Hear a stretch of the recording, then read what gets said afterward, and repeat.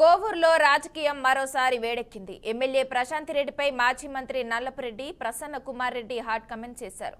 తనని కాళ్ళు చేతులు కట్టి ఈడ్చుకు రావాలని ప్రశాంత్ రెడ్డి కొందరికి ఆదేశాలు ఇచ్చారన్నారు. తాను ఇంటి వద్దే ఉన్నానని, వచ్చి ఈడ్చుకెళ్లేవారు రావాలని సవాల్ విసిరారు. 7వ తేదీ తన ఇంటిపైన దారుణమైన దాడి చేసిన విషయం అందరికీ తెలుసని చెప్పారు. దాడిలో చేతికి గాయమైతే వైద్యం చేయించుకునేందుకు తాను చెన్నై వెళ్లి తిరిగి వచ్చానని స్పష్టం చేశారు. ఈలోపు కొందరు కావాలనే ప్రసన్న కుమార్ పారిపోయాడని దుష్ప్రచారం చేశారని మండిపడ్డారు.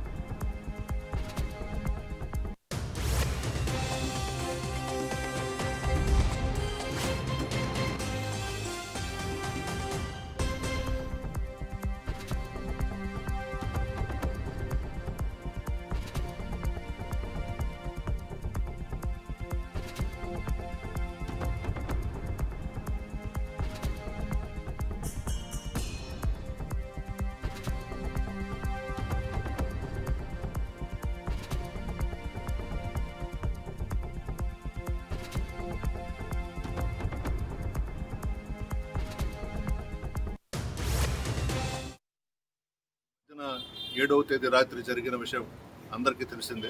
నిన్న నాకు చెయ్యి నొక్కుండి మద్రాసుకు వెళ్ళాను. ఎంజిఎం హాస్పిటల్కి వెళ్ళాను. మా డాక్టర్ గారికి చూపించుకున్నాను. మెడిసిన్స్ రాసి ఇచ్చారు, తెచ్చుకున్నాను. ఈ లోపల ఇక్కడ కొంతమంది భజన పరులు ప్రసన్న కుమార్ రెడ్డి కనపడడం లేదు, భయంతో దాక్కున్నాడు, ఇవన్నీ ఏదో వాగుతున్నారంట. ఇది నల్లపురెడ్డి శ్రీనివాసరెడ్డి గారి బ్లడ్. ఇది భయపడేది మాలో లేనే లేదు, మా కుటుంబంలో లేనే లేదు. ఎంత దూరమైనా పోతాం, ఎంత ఫైట్ అయినా చేస్తాము. మాకు ఆ బుద్ధులు లేవు. దాంకోవాలా, బెయిల్ వచ్చేదాకా అక్కడ ఉండాలా, ఇక్కడ ఉండాలా, ఎవరు కనబడకూడదు అనేది నా మనసులోనే లేదు. నిన్న అనుకొని నొప్పి ఎక్కువగా ఉంటే మెడ్రాసు పోయి చూపించుకొని ఈరోజు మార్నింగ్ బయలుదేరి వచ్చాను. ఎందుకంటే నిన్న సాయంత్రం 4 అయిపోయింది చెన్నైకి పోతే, చూపించుకొని వచ్చాను. అదంతా హాస్యాస్పదం. ఆయన కనబడడం లేదు, ఏడకపోతాను నేను. రండి, ఇప్పుడు వస్తారా, అరెస్ట్ చేస్తారా, తీసుకెళ్ళండి. నేనే పిలుస్తున్నా కదా పోలీస్ డిపార్ట్మెంట్ని, ఆమెని ఆ రాజమాతనే దగ్గర పెట్టుకొని రమ్మనండి, అరెస్ట్ చేసి తీసుకెళ్ళమనండి. నాకేం అభ్యంతరంలా, జైల్లో పెట్టినా హ్యాపీగా ఉంటా. కానీ జరిగిన దాని మీద మాత్రం పోలీస్ డిపార్ట్మెంటు నిజాయితీగా ఎంక్వైరీ చేసి అరెస్ట్ చేయాలి. మా దగ్గర వీడియోస్ ఉన్నాయి, మా ఇంటి మీదకి వచ్చిన వాళ్ళ వీడియోస్ అంతా ఉన్నాయి. దాంట్లో సీనియర్ నాయకులు కూడా ఉన్నారు, వాళ్ళ పేర్లు నేను చెప్పను, అందరికీ తెలుసు మా వాళ్ళందరికీ. ఆ నలుగురు ఎవరో.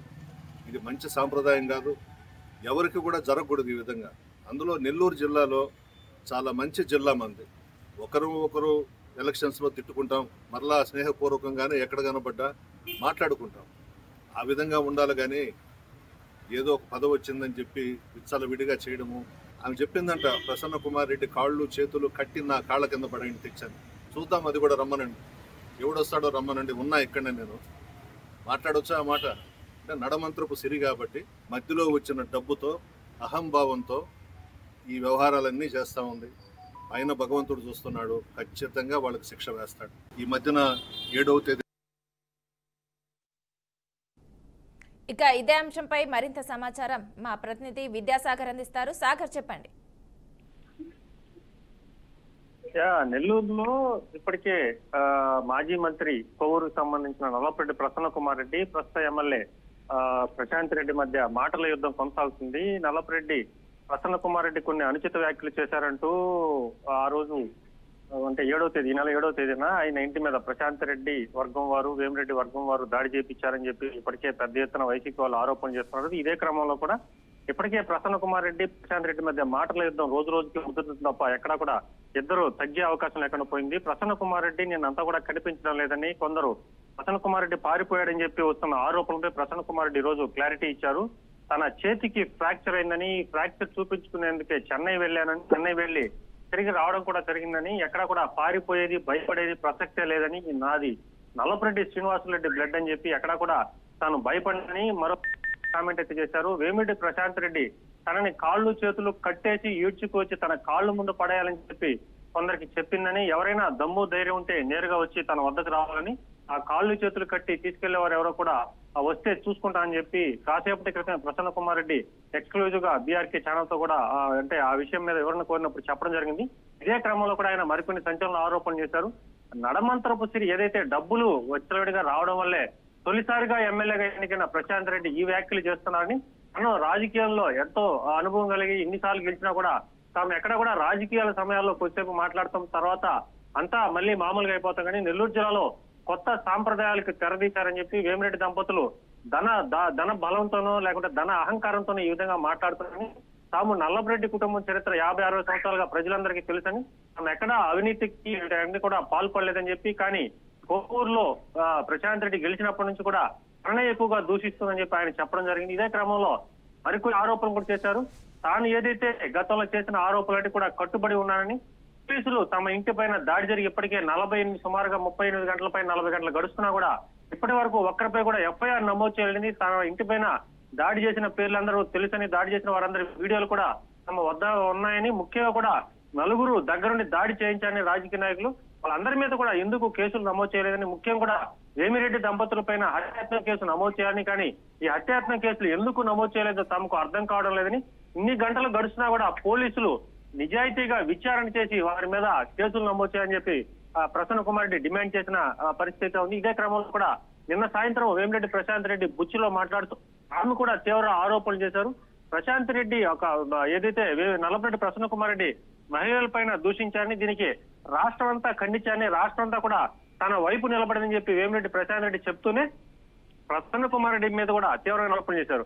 సో ఎక్కడా కూడా 3 రోజులు 4 రోజులు గడుస్తున్నా కూడా రాజకీయంగా నెల్లూరులో ఊరు కప్పిన నిప్పులాగా పరిస్థితులు అయితే ఉన్నాయి. ఒకరి మీద ఒకరు మాటల దాడులు చేసుకున్నారు. ఏకంగా నల్లపరెడ్డి ఇంటిని మొత్తం కూడా ధ్వంసం చేసిన పరిస్థితుల్లో ఇప్పుడు ఈ కేసు నమోదు చేయకపోవడం పోలీసుల మీద విమర్శలు అయితే వస్తున్నాయి. ఎందుకంటే ఇంతమంది దొంగగా వచ్చి ఇల్లు మొత్తం కూడా ధ్వంసం చేసి నల్లపరెడ్డి శ్రీనివాసరెడ్డి భార్య 45 ఏళ్ల పెద్ద ఇంట్లో ఉన్నా కూడా వాళ్ళంతా కూడా ఎన్ని ఎవిడెన్స్ లో కూడా ఎందుకు పోలీసులు కేసులు నమోదు చేయడం అని చెప్పి ఎవిడెన్స్ కూడా వారు ముందుకు కాముగా ఉన్నారని చెప్పి ఒకవైపు విమర్శలు వస్తున్నాయి.